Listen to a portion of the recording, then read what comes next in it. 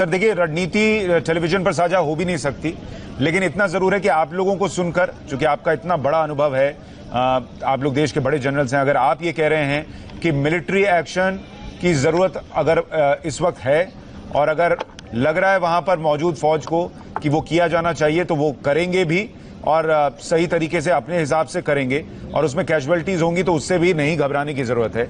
General Narasimhan, आप हालांकि बार बार और हमेशा से बातचीत के पक्षधर रहे हैं और उसका पक्षधर हर कोई रहा है, लेकिन चूंकि ये मसला चीन का है जिसको बात समझ में नहीं आ रही, इसलिए मैं आपसे ये पूछ रहा हूं कि अगर कल विदेश मंत्रियों के लेवल की बातचीत होने पर भी चीन का स्टैंड वही है, अगर वो ये कह रहा है कि गलवान वैली तो हमारा ही है, हम यहां से पीछे नहीं हटेंगे और एक सैनिक पीछे नहीं गया है, तो आज मेजर जनरल लेवल की जो बातचीत हो रही है उसमें कुछ सकारात्मक आएगा, इसकी उम्मीद की जा सकती है क्या? ये मैं आपको ये बताना चाहूंगा, मेरा कहने का मतलब ये नहीं था कि हम मिलिट्री ऑप्शन जो है उससे या झिझकते हैं या वो कर नहीं सकते, वो बात नहीं है। मिलिट्री ऑप्शन जो है लास्ट ऑप्शन होना चाहिए। जब तक बातचीत से चीजें सुलझाई जाए वो सबसे अच्छी बात होती है और उसका कोशिश जरूर रखना चाहिए। इसलिए मैंने बोला था कि हर लेवल पर आज जो मेजर लेवल की बात हो रही है, डिप्लोमेसी में बात, कूटनीति से भी बात होगी, राजनीति से भी बात होगी, उससे सुलझाया जाए तो सबसे अच्छा है। अगर ये नहीं है कि हमारे पास ताकत नहीं है या हम ताकत को आजमाना नहीं चाहते, वो बात नहीं है। ये सबसे आखिरी ऑप्शन है, क्योंकि इसका जो प्रभाव जो है ना कि सिर्फ कैजुअलिटीज की तरफ होता है, कंट्री का, हमारा देश का जो आर्थिक स्थिति है उसके ऊपर भी काफी फर्क पड़ता है। सर ये कैसे तय होगा कि हम लास्ट ऑप्शन पर आ गए हैं? सर अभी नहीं आए? अभी फिलहाल तो मेरे विचार में फिलहाल तो अभी तक नहीं पहुंचे। अभी भी समय बाकी है, कोशिश बाकी है। अगर वो सब नहीं होने पर मिलिट्री ऑप्शन के बारे में सोचा जाएगा।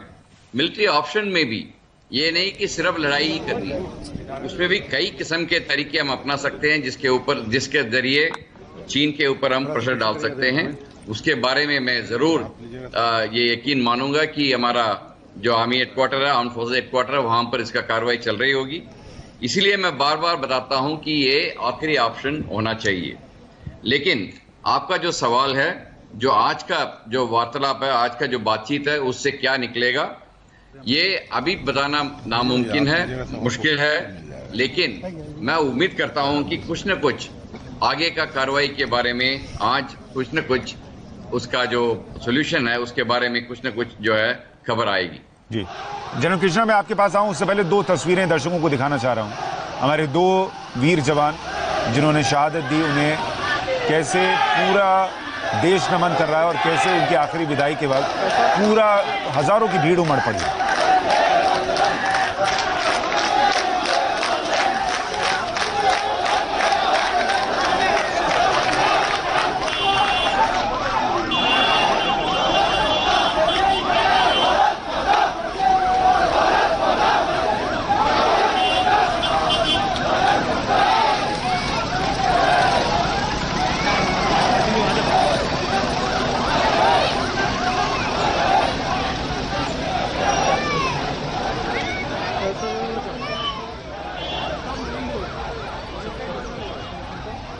ये तस्वीरें देश के अलग अलग हिस्सों से आ रही हैं और हर जगह एक ही सेंटिमेंट है, भारत माता की जय की गूंज सुनाई दे रही है। चीन के लिए गुस्सा है और ये बलिदान व्यर्थ नहीं जाना चाहिए, इसकी मांग है। जनरल कृष्णा, एक बात तो आप तीनों कह रहे हैं कि मिलिट्री एक्शन से गुरेज नहीं होना चाहिए। एक बात आप तीनों कह रहे हैं कि वो मिलिट्री एक्शन सीधा वॉर नहीं है, बल्कि उसके अलग अलग तरीके हो सकते हैं। जैसा जनरल पटनायक कह रहे थे कि अगर उनकी पेट्रोलिंग पार्टी ऐसे इलाके में आती है जहां उनको नहीं आना चाहिए, आप उन पर आप एक्शन ले सकते हैं, कैजुअलिटीज हो सकती हैं, उससे गुरेज नहीं होना चाहिए। लेकिन एक बात और बताइए जनरल कृष्णा, कि क्या चीन को लेकर जब हम ये कहते हैं कि बातचीत, चीन को लेकर एक बहुत हवा भी क्रिएट हो चुका है कि चीन एक बड़ा मुल्क है, उसकी सैन्य ताकत, और जब हम ये मिलिट्री एक्शन के बारे में सोचते हैं, क्या वो आड़े आती है हमारे, और ये हम भूल जाते हैं कि वो देश भी है जो कितने सालों से युद्ध में नहीं गया, जिसने गोली नहीं चलाई है। बिल्कुल सही बोला आपने, बट एक चीज आज के डिस्कशन में बड़ा उभर के आया है कि बातचीत जरूरी है, ये तो इसको कोई डिनाई नहीं कर रहा है, लेकिन साथ ही साथ आपको मिलिट्री एक्शन के लिए तैयारी करनी पड़ेगी और मिलिट्री एक्शन के बहुत सारे तरीके होते हैं, वो हम डिस्कस नहीं करेंगे। तो ये चीज तो अभी एकदम ठीक हो गया, बट इसके अलावा भी हमारे पास बहुत सारे रास्ते हैं।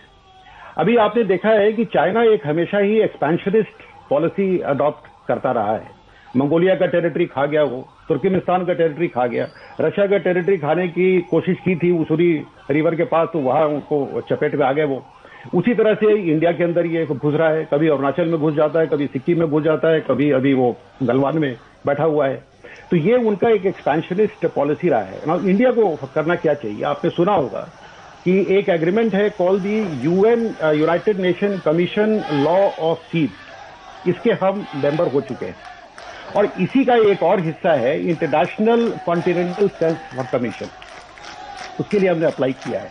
अभी भारत को चाहिए कि पूरा जोर लगा करके इसकी मेंबरशिप ले लें, क्योंकि ये एक ऐसा बॉडी है जो कि चाइना जो अभी अपना जो साउथ चाइना सी में क्लेम कर रहा है, उसको ये अपोज करती है कमीशन। तो इसका मेंबर हमको बनना अभी बहुत जरूरी है। अभी चाइना का BRI आपने सुना होगा, border road initiative, belt road initiative जो है, इसी के लाइन पर एक यूनाइटेड नेशन का है ब्लू डॉट नेटवर्क। इसके बारे में अभी ज्यादा बातचीत हुई नहीं है और हम इसके बहुत ही प्रोमिनेंट पार्टनर बन चुके हैं, प्रिंसिपल पार्टनर है। हमको अभी ये यूनाइटेड नेशन के साथ मिल करके इसको अभी एक्सटेंड करना चाहिए साउथ ईस्ट एशिया में। और साउथ ईस्ट एशिया में जब ये एक्सटेंड हो जाएगा तो चाइना का इकोनॉमी और ये जो इनका BRI और ओबोर ये सब इनिशिएटिव है, ये बहुत हद तक कॉम्प्रोमाइज हो जाएगा। तो जहां तक हम मिलिट्री एक्शन और बातचीत की बात करते रहते हैं, वो जस्ट एक हिस्सा है। बहुत तरीके हमारे पास हैं जो चाइना को डील करने के। आपने सुना होगा अभी ईस्ट तुर्किस्तान लिबरेशन ऑर्गेनाइजेशन का, हम कभी उसके बारे में बात नहीं करते। वो सप्रेस्ड लोग हैं वहां पर जिंजियांग में, अभी उनको भी सांस लेने की आजादी उनको चाहिए, तो वो भी एक है। आपने सुना होगा 1 मिलियन मुस्लिम्स को उन्होंने कंटेनमेंट कैंप में डाल रखा है और टॉर्चर कर रहे हैं। कोई इनके बारे में बात क्यों नहीं करता है? पाकिस्तान में दम नहीं है, आई एग्री, क्योंकि पाकिस्तान उनसे भीख लेता रहता है, वो कभी इसके बारे में बोल नहीं सकेगा।